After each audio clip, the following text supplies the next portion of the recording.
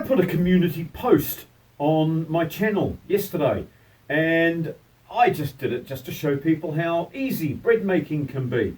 And it was simply a note to self. It was a note on the fridge to remind me of the important parts of a bread recipe. But I've had a whole heap of people comment below that asking me for the whole procedure.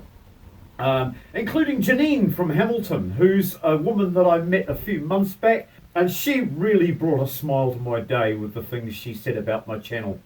But for those people who want an in-depth, step-by-step video of how I make my bread on a Sunday, here's the first step. First step is get my fruit bowl and empty out all the fruit onto the table. That's because my fruit bowl is my mixing bowl, is my salad bowl, is my compost bin, sometimes. When you live the tiny lifestyle, everything has to do more than one job, including me. So today is laundry day and bread day. I'm not going to make you watch me do my laundry. I'll be doing that during the 2 hours that the dough is sitting on baking paper inside this bowl and rising. So come on, over to the kitchen and I'll show you how I make my bread recipe. Sunday is bread baking day for me. Not every Sunday because I don't always need to, but usually I'll make a couple of loaves on a Sunday and that'll get me through the week. This is the simplest no-knead bread recipe that I've ever found. It's in one of my earlier videos, but I'm going to go through it again because I've had so many comments when I put up the photograph of the little note on my fridge reminding me of the details. So I'm going to whistle through it real quick. Just off camera here, I've got a large bag of baking flour. I'm going to put 3 cups of baking flour into my fruit bowl, 2 teaspoons of sea salt, and into that I'm going to put a sachet of yeast and a tablespoon of honey that have been dissolved in slightly warmed water. The water's no warmer than body temperature. If you make the water too hot, you'll kill the yeast. So 38 to 40 degrees water. After a short time, you'll see that the yeast has started to bubble and foam. It's now ready to go into the mix.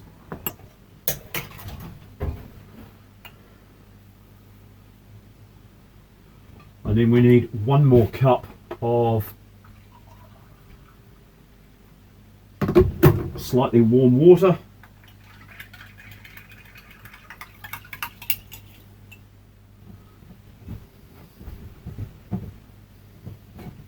This just needs a touch more water.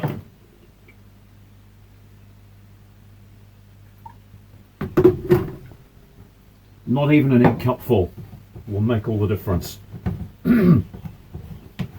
All you want to do is add enough water so that it picks up any of the dry ingredients that are left in the bottom and allows you to turn it all into a soft dough. Just wet enough to pick up all of the dry bits in the bottom. Once it looks like that, you can turn it out onto a lightly floured bench.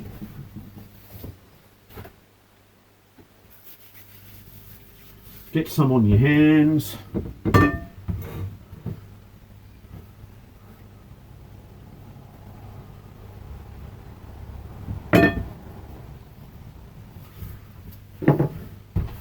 I'm just picking up the flour off the bench so that it doesn't get wasted.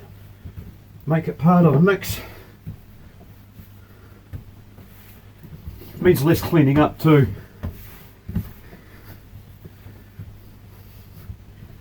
Right. Now I'm going to leave this to sit for 2 hours on some baking parchment. I've screwed the baking parchment up because I want it to push nicely into the cast iron camp oven that I'm going to cook this in.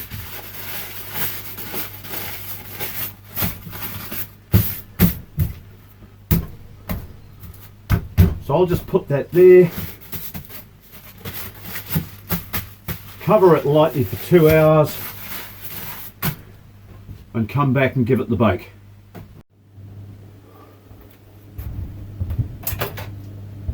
Okay, so the next part is to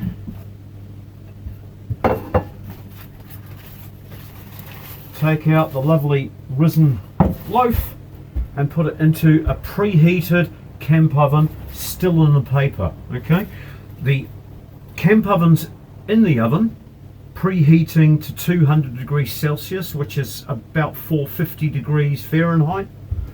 I'm going to get a cloth, pull it out,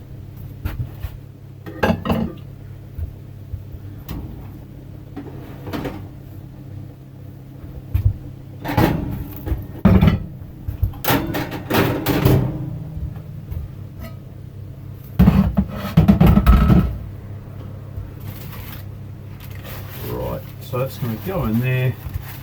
We'll put the lid back on.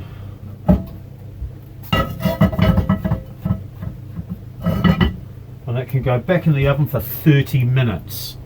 30 minutes with the lid on, 5 minutes with the lid off.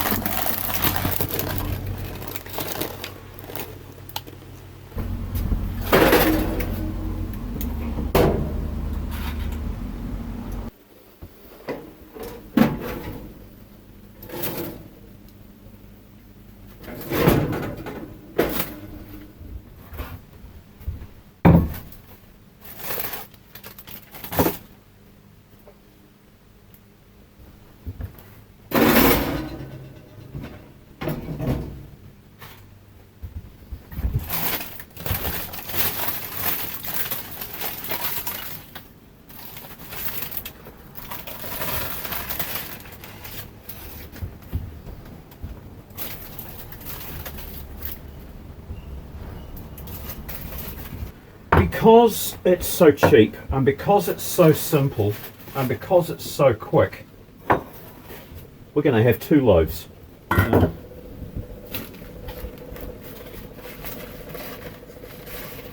Put the lid on and we'll do it all over again.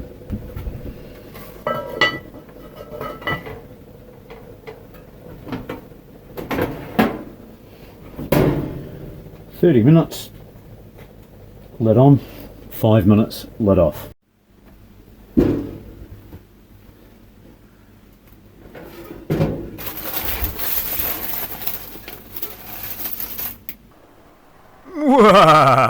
I ate half of it while I was waiting for this one to cook. Sorry.